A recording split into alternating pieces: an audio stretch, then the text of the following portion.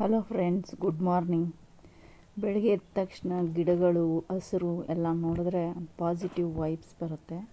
So ನಾನು ದಿನ ಬೆಳಗ್ಗೆ ಎದ್ದ ತಕ್ಷಣ ಇದನ್ನೆಲ್ಲ ನೋಡ್ತೀನಿ. ನೀವೀಗ ನೋಡ್ತಾ ಇರೋದು ಒಂದೆಲ್ಗ ಸೊಪ್ಪು. ದಿನ ನಾನು ಒಂದೆಲ್ಗ ಸೊಪ್ಪು ಮತ್ತು ದೊಡ್ಡ ಪತ್ರೆನ ತಗೊತೀನಿ. ಇದರಿಂದ ಹೆಲ್ತ್ಗೆ ತುಂಬ ಒಳ್ಳೆಯದು, ಜ್ಞಾಪಕ ಶಕ್ತಿಗೆ ಎಲ್ಲ ಒಳ್ಳೆಯದು ಅಂತ. ಜೊತೆಗೆ ಬಿಸಿನೀರು ಜೊತೆಗೆ ಇದು ಎರಡೆರಡು ಎಲೆ ತೊಗೊಳ್ಳಿ. ನೀವು ಅಷ್ಟೇ ಇದನ್ನು ಟ್ರೈ ಮಾಡಿ ಫ್ರೆಂಡ್ಸ್.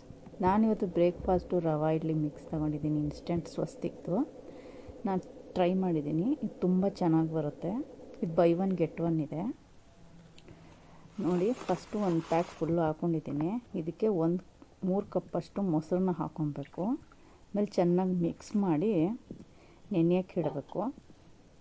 ಒಂದು 10 ಮಿನಿಟ್ಸ್ ನೀವು ನೆನೆಯೋಕ್ಕೆ ಇಡಬೇಕು ಫ್ರೆಂಡ್ಸ್. ನೆಂದಾದಮೇಲೆ ಅದು ಪುನಃ ಗಟ್ಟಿಯಾಗಿರುತ್ತೆ. ಅದಕ್ಕೆ ನೀವು ಪುನಃ ಮೊಸರು ಹಾಕಬಾರ್ದು, ಪುನಃ ಮಜ್ಜಿಗೆ ಹಾಕಬೇಕು. 2 ಕಪ್ಪಷ್ಟು ಪುನಃ ಮಜ್ಜಿಗೆ ಹಾಕಿ ಚೆನ್ನಾಗಿ ಇಡ್ಲಿ ಹಿಟ್ಟನ್ನು ಅದಕ್ಕೆ ಮಾಡಿಕೊಂಡು 1 ಟೀ ಸ್ಪೂನಷ್ಟು ಉಪ್ಪನ್ನು ಬೆರೆಸಿ ಹಾಕ್ಕೊಬೇಕು ಫ್ರೆಂಡ್ಸ್.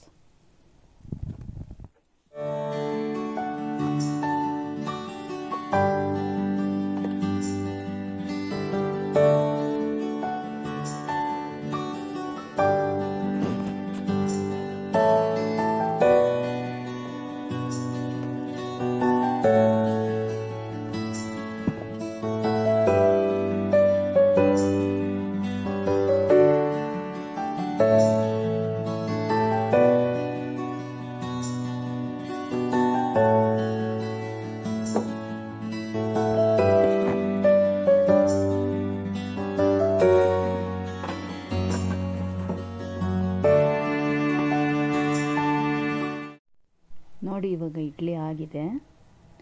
ನೋಡೋದಕ್ಕೆ ತುಂಬ ಸಾಫ್ಟಾಗಿ ಕಾಣುತ್ತೆ. ನಮ್ಮ ಮನೆಯವರು ಚಟ್ನಿ ಮಾಡೋದಕ್ಕೆ ಹೆಲ್ಪ್ ಮಾಡ್ತಾಯಿದ್ದಾರೆ, ಕಾಯಿ ತುರ್ಕೊಡ್ತಾ ಇದ್ದಾರೆ. ನಾನು ಇದಕ್ಕೆ ಒಣಮೆಣ್ಸಿನ್ಕಾಯಿ ಚಟ್ನಿ ಮಾಡ್ತಾಯಿದ್ದೀನಿ, ಜೊತೆಗೆ ಚೆನ್ನಾಗಿರುತ್ತೆ ಅಂತ. ಹಾಗೆ ನನ್ನ ಮಗಳಿಗೂ ಕೂಡ ಒಣಮೆಣ್ಸಿನ್ಕಾಯಿ ಚಟ್ನಿ ಇಷ್ಟ. ಈಗ ಕಾಫಿ ಟೈಮು. ನಮ್ಮ ಮನೆಯವರು ಕಾಫಿ ಎಲ್ಲಿ ಅಂತ ಕೇಳ್ತಾ ಇದ್ದಾರೆ. ಬೆಳಗ್ಗೆ ಎದ್ದ ತಕ್ಷಣ ಒಂದು ಕಾಫಿ ಕುಡಿಯೋದೇ ಒಂದು ಎನರ್ಜೆಟಿಕ್ ಆಗಿರ್ಬೋದು ಡೇ ಫುಲ್ಲು.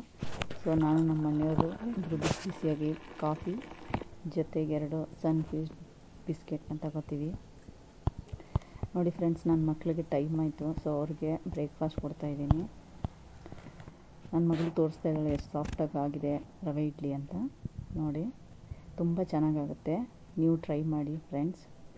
ನಾನು ಕಾಫಿ ಕುಡಿದು ಸಾಂಬಾರು ಮಾಡೋಕ್ಕೆ ಟ್ರೈ ಮಾಡ್ತೀನಿ. ಈಗ ಎಲ್ಲ ರೆಡಿ ಮಾಡ್ಕೊತಾ ಇದ್ದೀನಿ. ತರಕಾರಿ ಬೇಳೆ ಸಾರು ಮಾಡೋಣ ಅಂತ ಇವತ್ತು ಅಂದ್ಕೊಂಡಿದ್ದೀನಿ.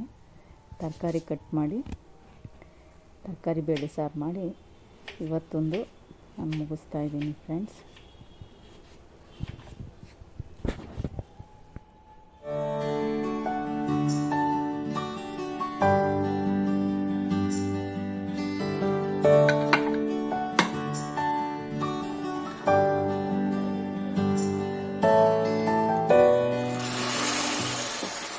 Subscribe my channel friends. ಹಿಂಗೆ ಹೆಚ್ಚು ವಿಡಿಯೋಗಳು ಹಾಕ್ತೀನಿ. Have A nice day.